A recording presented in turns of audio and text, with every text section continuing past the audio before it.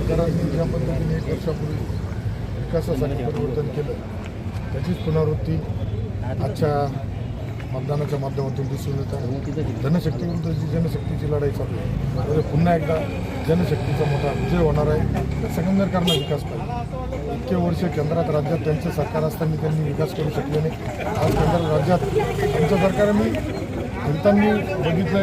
लोकच म्हणतात 40 वर्ष त्यांना दिली, भाऊला 5 वर्ष देऊन बघूया.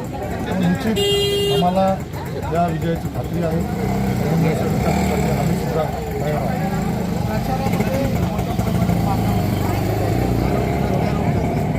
कोणत्या मुद्द्याला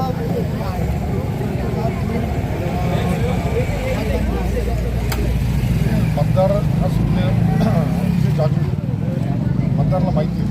आज केंद्रामध्ये मोदी साहेबांच्या नेतृत्वाखाली काम चालू आहे. राज्यामध्ये ट्रिपल इंजिनचं सरकार आहे. फडणवीस साहेब असेल, शिंदे साहेब असेल, अजितदादा असतील, यांच्या नेतृत्वाखाली काम करताना संगमनेरचा आमदारसुद्धा आता महायुतीचा आहे, शिवसेनेचा.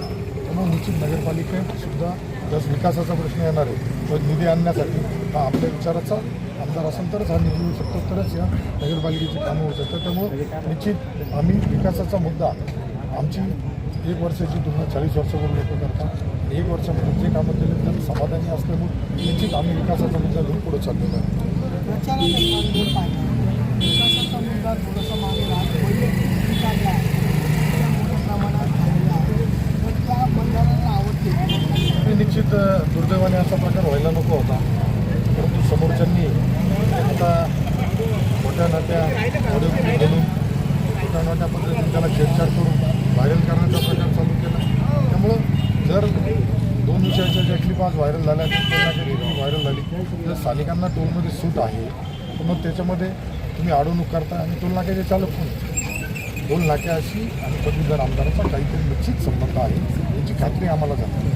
त्यामुळं याच्या भविष्यामध्ये सगळा उलगडा मतदारांना होईल आणि मतदारांना संगमनेरकरांना माहिती आहे टोल नाका चालवणारे कोण आहे, चुकीच्या धंद्यांना राजाश्रय देणारे कोण आहे, ड्रग्स तस्करांना पाठबळ देणारे कोण आहे, हुक्का पार्लर चालवणारे कोण आहे, हे सगळं माहिती आहे. त्यामुळे संगमनेरकर जनता किती मान्य करते का आज एक सामान्य कार्यकर्ता आमदार झाल्यामुळे मला किती त्रास दिला जातो हे जनता बोलून जातो. निश्चित जनता आमच्या नगर जिल्ह्यात जर पाहिलं 2 नंबरला सर्वात जास्त मतदान नाही.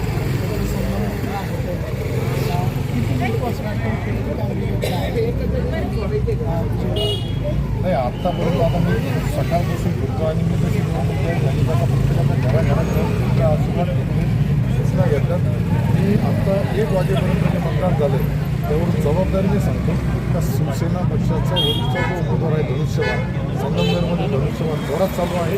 संगमनेरमध्ये खाली जे आमचे नगरसेवक पदाचे उमेदवार आहेत, आज आमचा रवी नसका असेल, आमचा गवळीताई असेल, या प्रमाणात 5 उमेदवार इथं सुद्धा यांचा विजय निश्चित आहे.